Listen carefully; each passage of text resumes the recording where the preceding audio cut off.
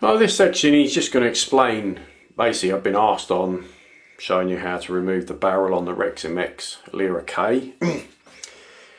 From factory you've got, just zoom in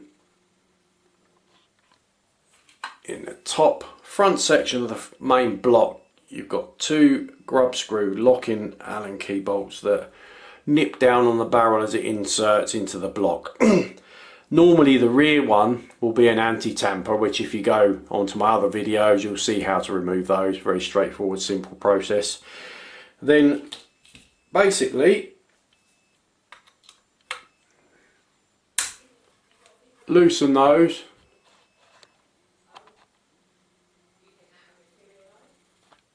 Off. Don't need to take them out, just wind them up so they're just proud of the block surface here. Let's zoom you back down again.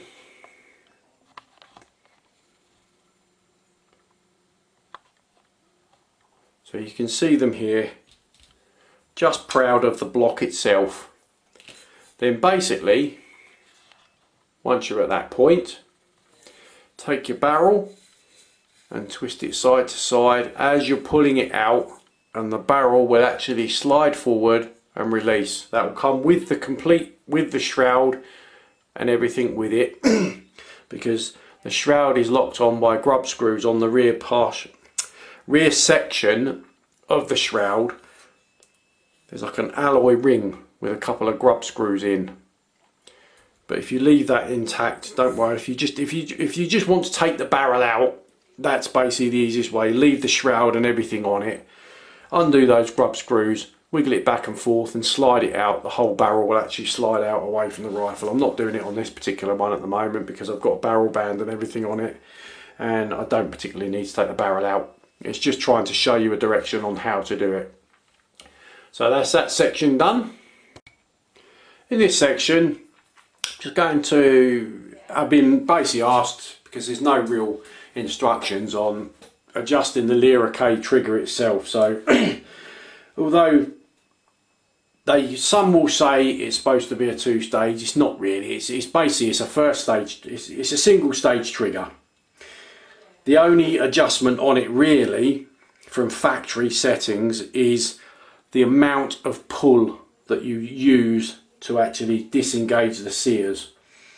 This is done via the Allen key adjuster just behind the front trigger guard bolt. Just inside there is an Allen key. Now, the further you can adjust it one way, which will give you more physical pull on it before it disengages. You can adjust it the other way, which will give it less movement. So literally you're just touching the trigger and it will deactivate, it will disengage the sears and fire the rifle. That is about, from factory, the only adjustment there is on that trigger. You can